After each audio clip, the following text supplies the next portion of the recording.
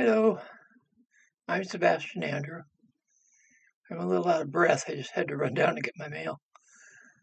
Today, I have something to share with you. I found a post on Facebook, I think, about reality.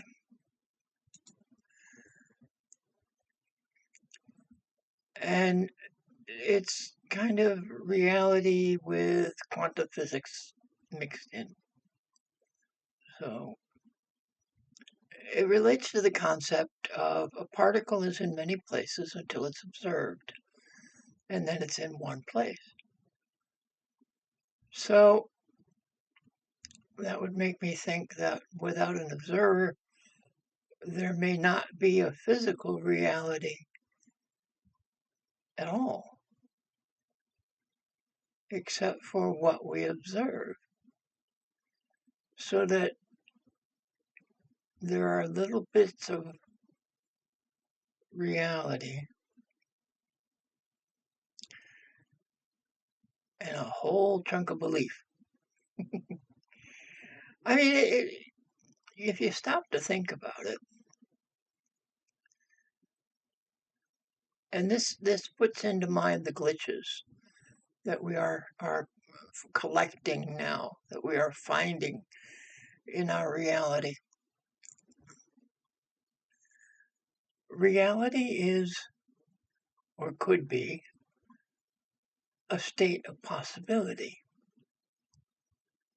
But the belief part is that the bits outside your reality that you cannot see are always going to be there because you believe that they are. Imagine that. Well, the thing of it is I put this thought to work. I started last night and I did it again this morning. And I have to tell you, after working with it last night, my dreams were just odder than usual.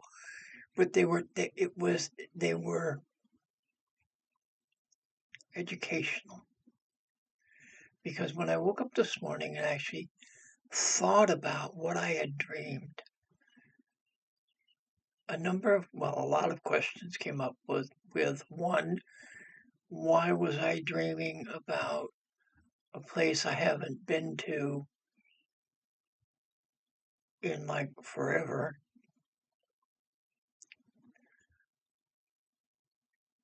And two, why is that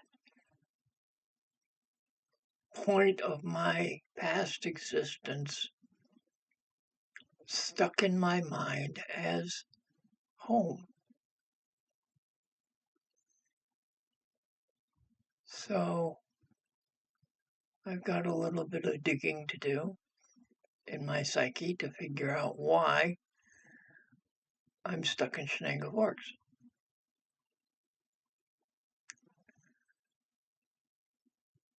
But anyway, reality and belief. So reality is a state of possibility. And you can change the possibility. Now this is what I did. That this was. Let me finish reading the notes and then I'll tell you what I did. Beyond the perception of my five senses, actually mine's 6 or 7, reality might not be solid at all. Imagine that in this realm of possibility, reality is much more fluid. And this is where our thoughts conform the physical reality of our future. And if you're in a Zen kind of mind, it can also affect your past. Because time is a joke. I've spoken on that before. So if you're of the mind that everything is now, right now, or right then, or right will be, then fiddling with reality, fiddling with the fluid reality and adjusting it or changing it can then affect past, present, and future. Imagine that. So I took the idea of reality as fluid as that. Okay, I imagined the world outside my walls as being liquid, actual fluid.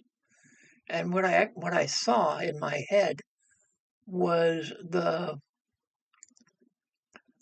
it was a bubble thing, like what you would see in large um, fish tanks. The bubble feature that has the bubbles running up the walls, and that was the barrier between my reality, the one I was experiencing, and the fluid reality outside my walls. So I then put a thought out into the fluid that would alter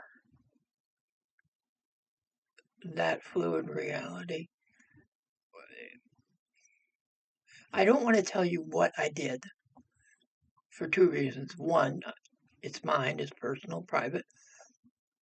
And two, the idea that sharing a spell tends to weaken it. Um, which is converse to what I have told you in other ways, in other times, that sharing a spell adds energy to it. So you see, I can go both ways.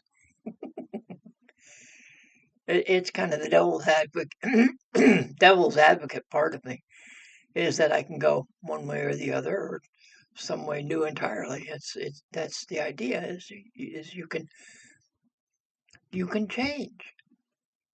You can change your thoughts. You can change your reality. You can change anything at any point in time. So what I did was I put this thought together and I sent it out into the non-corporeal reality that I was imagining beyond my walls.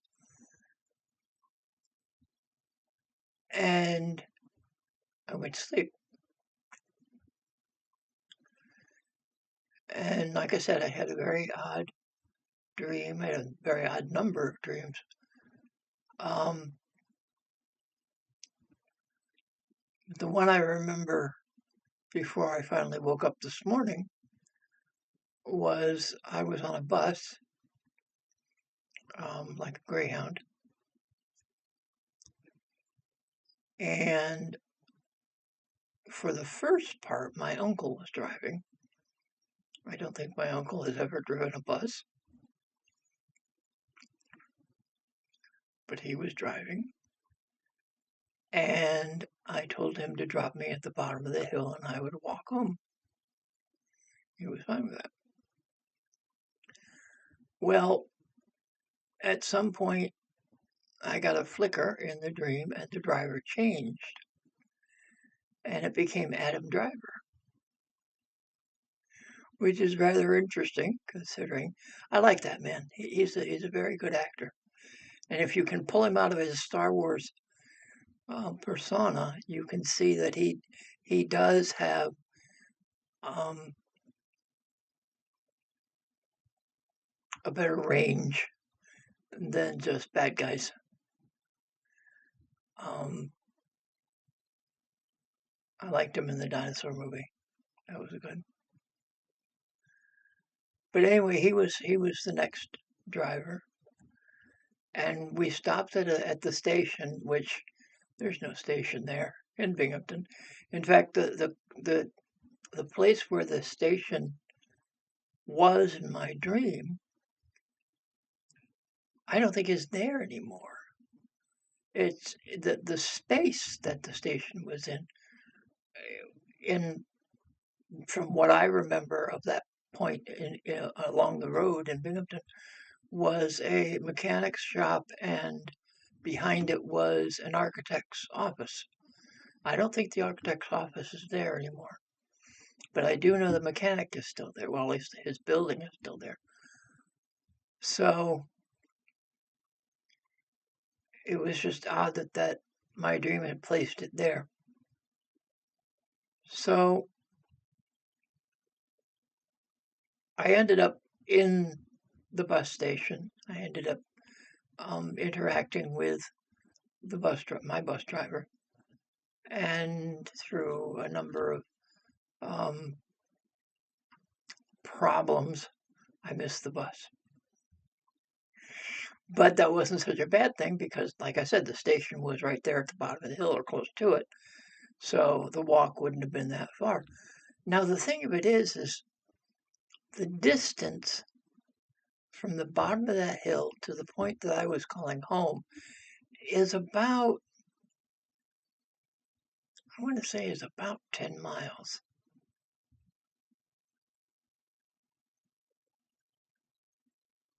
Give or take. But it's a very, well, it used to be a very pleasant trip because I would, when I was not a senior, I was a junior, I think, and I would ride my 10 speed. Actually, what I would do is I would um, throw my 10 speed in the back of the car with my father, and he would drop me off at school in the morning, and I got there before anybody, sometimes even before the principal, and go through school, and then I would ride home. And the thing, and for that trip, because the high school, I'd say, is another 3-4 miles from the bottom of the hill. And if you are from Binghamton or you know the area, I'm speaking of Catelville Hill, which is part of Route 12. It's the end of Front Street, right? Yeah, yeah, it's the northern end of Front Street, and it goes up, way up, and then it goes down. So what I would do is I would push my bike up the upside, which was the longer side, and ride and hop on at the top and ride. And I had a pretty good inertia to coast for a good long period of time. And the road wasn't that much traveled. I'm sure it's more traveled now.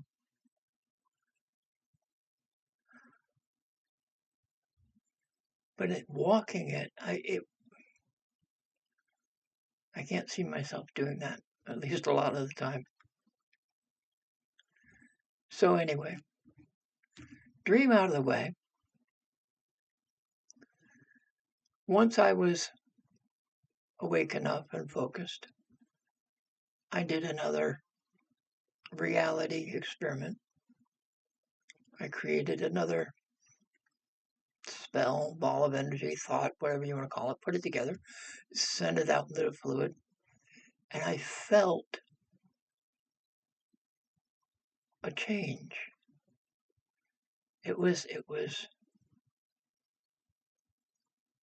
It's something you're going to have to try so you can experience it yourself, because trying to explain it, it's going to be different for everybody. And if I explain it my way, what you feel, and you'll go, wait a minute, that doesn't feel like that. What is he talking about? Just try it. Imagine imagine the world outside of where you are as not being there, as it being whatever you see as fluid, and fluid does not have to be liquid. So it could be energy, so far as you know, so far as you experience. But everything beyond your bubble of reality isn't there. Isn't there, is not there. So make something of it. Now, where I am, I hear noises all the time. And when I was doing the experiment this morning, in fact, I heard a siren. And Andrew said, that's a distraction. Let the distraction pass. So once the siren moved on, I was able to focus on the experiment again. And I have noticed that the distractions are disappearing outside, I should say. Distractions in here tend to be growing.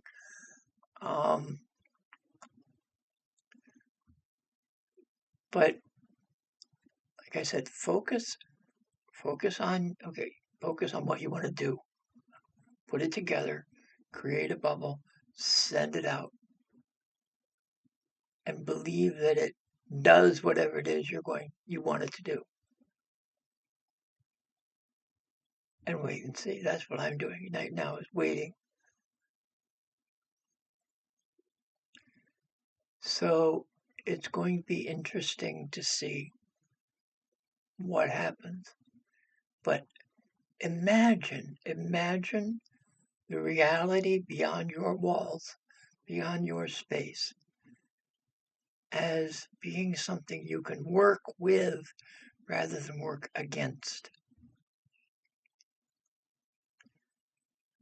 And if you haven't done connect the dots yet, then draw your energy from that fluidity, from that space. There is energy in everything. And as I said at the beginning of this, the particles are all over the place until they're observed, and then they become in one place. So if they're all over the place, that's energy. And you can draw from that to power your desires, your manifestations, your spells. So imagine that. Work with that. See what you can do with that. And we'll talk again soon. Good day.